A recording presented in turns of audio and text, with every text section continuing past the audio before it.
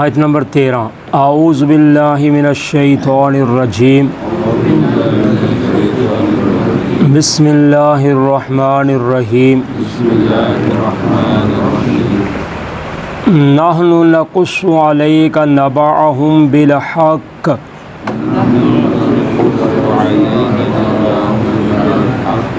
انہم فتیۃ آمنوا بربہم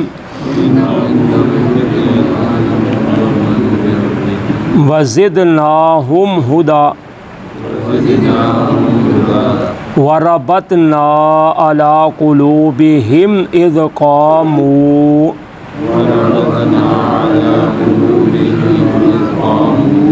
فقالوا ربنا رب السماوات والارض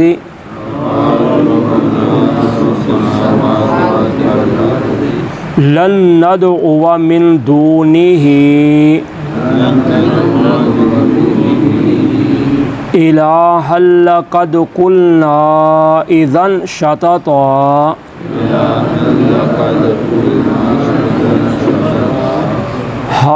هؤلاء قوم اتخذوا من دونه آلهة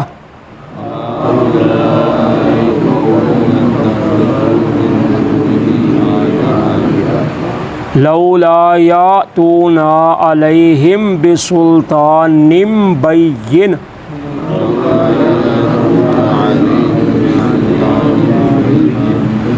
فمن اظلم ممن افترى علی اللہ کذبا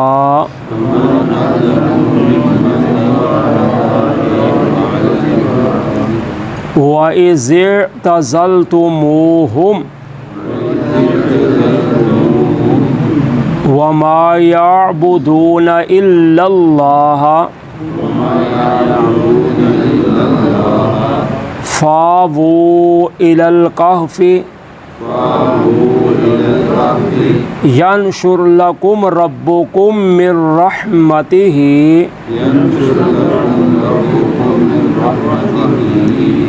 وَيُحَيِّئْ لَكُمْ مِنْ أَمْرِكُمْ مِرْفَقًا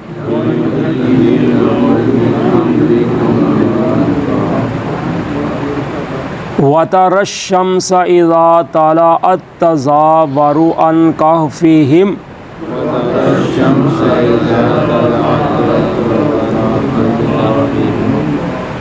ذَاتَ الْيَمِينِ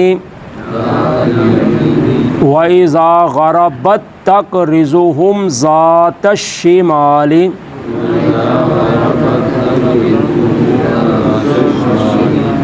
وَهُمْ فِي فَجْوَةٍ مِّنْهُ ذَلِكَ مِنْ آيَاتِ اللَّهِ مَن يَهْدِ اللَّهُ فَهُوَ الْمُهْتَدِ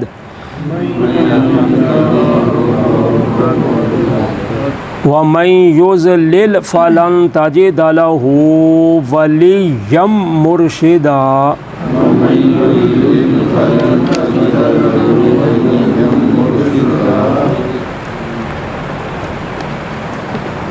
نحن نقص علیک نبأہم بالحق، ہم بیان کرتے ہیں آپ پر ان کا قصہ یا ان کی خبر حق کے ساتھ۔ انہم فتیۃ آمنوا بربہم، بے شک وہ چند نوجوان تھے جو ایمان لائے اپنے رب پر۔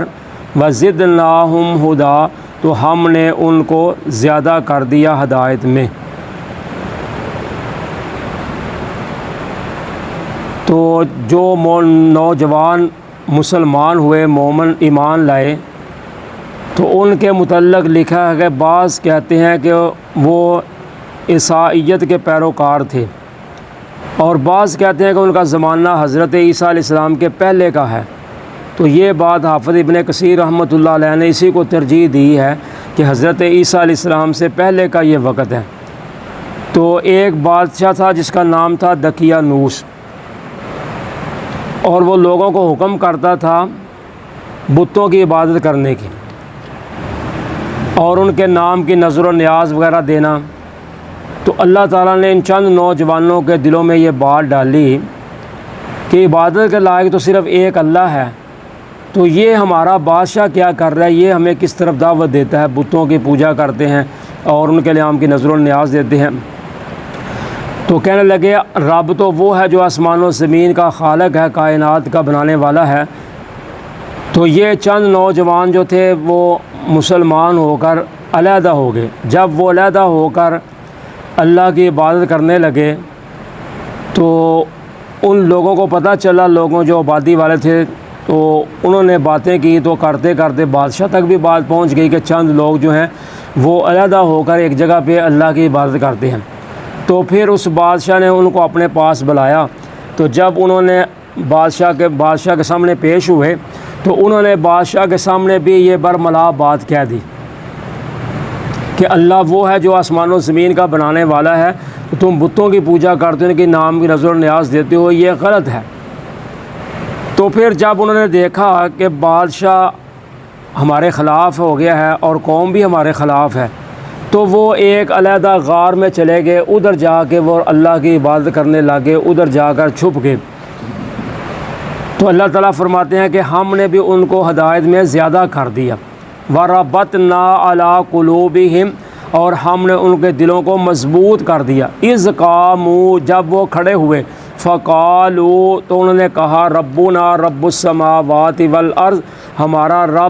رب ہے آسمانوں اور زمین کا، لَن نَدْعُوَ مِن دُونِهِ إِلَٰهًا لَقَدْ قُلْنَا إِذًا شَطَطًا، ہرگز نہیں ہم پکاریں گے اس کے سوا کسی معبود کو،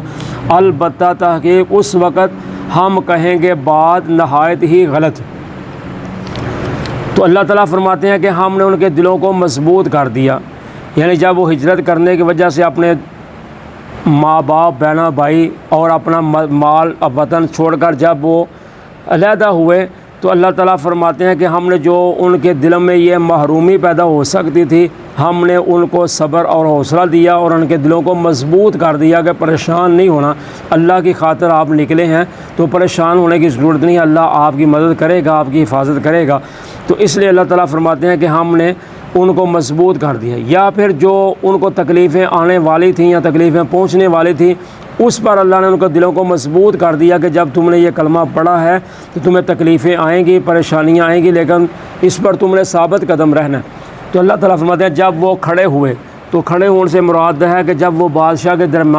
دربار میں کھڑے ہوئے تو اس وقت انہوں نے کہا کہ رب ہمارا رب وہ ہے جو آسمان و زمین کا رب ہے، تو ہرگز نہیں ہم اس کے سوا کسی معبود کو پکاریں گے۔ اگر ہم اللہ کی موجودگی میں ہوتے ہوئے، آسمان و زمین کے پیدا کرنے والے مالک کے ہوتے ہوئے ہم اگر کوئی بات ایسی کہیں تو پھر تو اس وقت ہم بات غلط کہیں گے نہایت ہی، کہ یعنی یہ تو ظلم زیادتی ہے کہ ایک اللہ آسمان و زمین کا بنانے والا ہو تو اس کو چھوڑ کر کسی اور کی پوجا کی جائے، تو یہ تو بات ہی بہت غلط ہے۔ ہؤلاء قوم اتخذوا من دونہ آلہہ، یہ ہیں ہماری قوم کے لوگ جو پکڑتے ہیں اللہ کے سوا کوئی اور معبود یا بناتے ہیں۔ لولا یاتون علیہم بسلطان بین، کیوں نہیں وہ لاتے ان پر کوئی واضح دلیل۔ فمن اظلم ممن افترى علی اللہ کذبا، پس کون بڑا ظالم ہو سکتا ہے اس سے بڑھ کر جو باندھے اللہ پر جھوٹ۔ تو کہتے ہیں کہ یہ ہماری قوم کی حالت ہے جو اللہ کے سوا اور معبود کو پکارتی ہے، تو ان پہ پاس کوئی دلیل بھی نہیں ہے، یعنی کوئی دلیل پیش کرے نا ان بتوں نے کیا کیا ہے یا ان کے پاس کیا اختیارات ہیں، کوئی چیز بھی نہیں ہے، تو اس کے باوجود اللہ کے سوا بتوں کو پوجی جا رہے ہیں۔ تو اللہ تو کہنے لگے کہ اس سے بڑا ظالم کون ہو سکتا ہے جو اللہ پر جھوٹ باندھے۔ وَإِذِ اعْتَزَلْتُمُوهُمْ، اور جب تم کنارہ کش ہو گے یا جب وہ کنارہ کش ہو گے، وَمَا يَعْبُدُونَ إِلَّا اللَّهَ، اور اس سے جس کی وہ عبادت کرتے تھے اللہ کے سوا، فَآوُوا إِلَى الْكَهْفِ، پس تم چلے جاؤ یا بیٹھ جاؤ غار میں، يَنْشُرْ لَكُمْ رَبُّكُمْ مِنْ رَحْمَتِهِ، پھیلا دے گا تمہارے لیے تمہارا رب اپنی رحمت، وَيُحَيِّئْ لَكُمْ مِنْ أَمْرِكُمْ مِرْفَقًا، اور مہیا کرے گا تمہارے لیے تمہارا رب تمہارے کام میں آسانی کو۔ تو اللہ تعالیٰ فرماتے ہیں کہ جب تم ان سے علیحدہ ہو گئے اور اس چیز سے جن کی پوجا کرتے تھے اللہ کے سوا، تو فرمایا تم داخل ہو جو غار میں اور تمہارا رب تمہارے لیے اپنی رحمت کو پھیلا دے گا۔ یعنی جب تم نے اپنی قوم کے معبودوں سے کنارہ کشی کر لی ہے تو اب جسمانی طور پر بھی ان سے علیحدگی اختیار کر لو۔ یعنی آپس میں کہنے لگے کہ جب ہم ان کے معبودوں کو نہیں مانتے تو پھر ہمیں چاہیے کہ ہم جسمانی طور پر بھی ان سے علیحدہ ہو جائیں، یعنی کنارہ کش کر لیں، اس سوسائٹی میں ہم رہے ہی نہ۔ اگر رہیں گے تو ظاہر یا کسی نہ کسی سے ہمارا ایمان بھی پھسلا دیں گے، تو اس لیے تو کہنے لگے کہ آپس میں تم علیحدہ ہو جاؤ۔ تو وہ ایک غار میں جا کر چھپ گئے۔ تو جب ان کے چھپنے کی خبر مشہور ہوئی تو لوگ تلاش کرنے کے لیے نکلے، لیکن وہ ان کو تلاش نہ کر سکے۔ جیسے نبی اکرم صلی اللہ علیہ وسلم سیدنا حضرت ابو بکر رضی اللہ عنہ کے ساتھ غار ثور میں چلے گئے تو 3 راتیں آپ ادھر رہے۔ تو کھوج لگانے والے جو تھے وہ غار کے منہ کے اوپر پہنچ گئے، لیکن ان کو پھر بھی پتہ نہ چل سکا کہ اس غار کے اندر ہیں، کیونکہ اس غار کے اندر جانے کے لیے یہاں انسان جائے تو راستہ ہونا چاہیے۔ اللہ نے اس راستے کو بند کر دیا، تو کہنے لگے اس طرح سے راستے سے اندر بندہ جا ہی نہیں سکتا، تو اس لیے ادھر نہیں ہے۔ تو 3 راتیں آپ ادھر رہے لیکن وہ تلاش نہ کر سکے۔ اسی طرح یہ اصحاب کہف جو تھے وہ چلے گئے غار میں، وہ تلاش کرتے رہے لیکن وہ ان کو تلاش ہی نہ کر سکے۔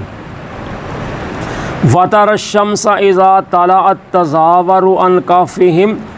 اور آپ دیکھیں گے سورج کو کہ جب وہ ڈلتا ہے، جھکتا ہے، طلوع ہوتا ہے تو وہ جھک جاتا ہے ان کی غار سے، ذات الیمینی دائیں جانب سے، وَإِذَا غَرَبَتْ تَقْرِضُهُمْ ذات الشِّمَالِ، اور جب سورج غروب ہوتا ہے تو وہ کترا جاتا ہے بائیں جانب سے، وَهُمْ فِي فَجْوَةٍ مِّنْهُ، اور وہ اس غار میں کشادہ جگہ پہ ہیں، کھلی جگہ پہ ہیں۔ ذَلِكَ مِنْ آیات اللہ، یہ اللہ کی نشانیوں میں سے ہے۔ مَن يَهْدِ اللَّهُ فَهُوَ الْمُهْتَدِ، جس کو اللہ ہدایت دے وہی ہدایت یافتہ ہے۔ وَمَن يُضْلِلْ، اور جس کو اللہ گمراہ کر دے، فَلَن تَجِدَ لَهُ وَلِيًّا مُرْشِدًا، پس آپ ہرگز نہیں پائیں گے اس کے لیے کوئی مددگار اور نہ ہی کوئی رہنمائی کرنے والا۔ تو اللہ تعالیٰ فرماتے ہیں کہ باوجود وہ کھلے میدان میں تھے، یعنی پہاڑ میں کھلے میدان میں موجود تھے، تو جب سورج فرماتے ہیں اللہ تعالیٰ طلوع ہوتا تھا تو وہ غار کی دائیں جانب سے ہو کر نکل جاتا تھا، اور جب وہ غروب ہوتا تھا تو پھر وہ بائیں جانب سے کترا کر نکل جاتا تھا۔